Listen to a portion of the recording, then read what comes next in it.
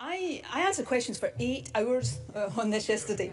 I answered every question that was put to me, and so, Presiding Officer, I intend now to rest on that, to allow both the committee and the inquiry on the Ministerial Code to conclude their work. In the meantime, I'm going to get on with the job I suspect most people watching at home right now want me to get on with, which is leading this country through and out of a pandemic. And I'll leave Ruth Davidson and the Conservatives to play the political games that they seem to prioritise over everything else. Ruth Davidson. Presiding Officer, the First Minister characterised this as political games, but I have never forgotten the women who were failed at the heart of this inquiry. And the thing that the First Minister cannot get away from is that it was her government that failed them, and that questions still require to be answered. And First Minister, it's not up for question if the government ignored legal advice and cost taxpayers money. What's being argued is how long and how much was wasted.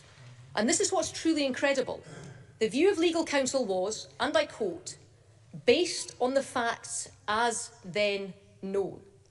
And First Minister, this government didn't even give its own lawyers the facts. Advocates Roddy Dunlop and Christine O'Neill stated this: "We have each experienced extreme professional embarrassment. On instruction, they made plainly and demonstrably untrue statements before a judge. Documents were withheld from those QCs, which were highly relevant yet undisclosed. They called that unexplained and frankly inexplicable.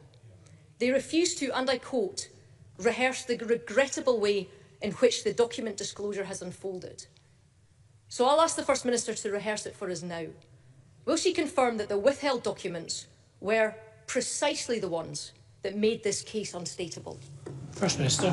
Firstly, I'm going to agree with something that Ruth Davidson said. I agree that she has not forgotten the women at the heart of this, because I don't think Ruth Davidson ever remembered the women at the heart of this. The legal advice is there for everyone to see, and people with an open mind, which doesn't include Ruth Davidson, can look at that. Now, Ruth Davidson says that she's not playing political games. I beg to differ. I think we saw the true colours of the Conservatives yesterday. First of all, on Tuesday night, they said this. I don't know if Ruth Davidson approved this comment or not, but the Conservatives said in terms that it did not matter what I said before a parliamentary committee yesterday, because they had already made up their minds. It's not about due process, it's political desperation on the part of the Conservatives.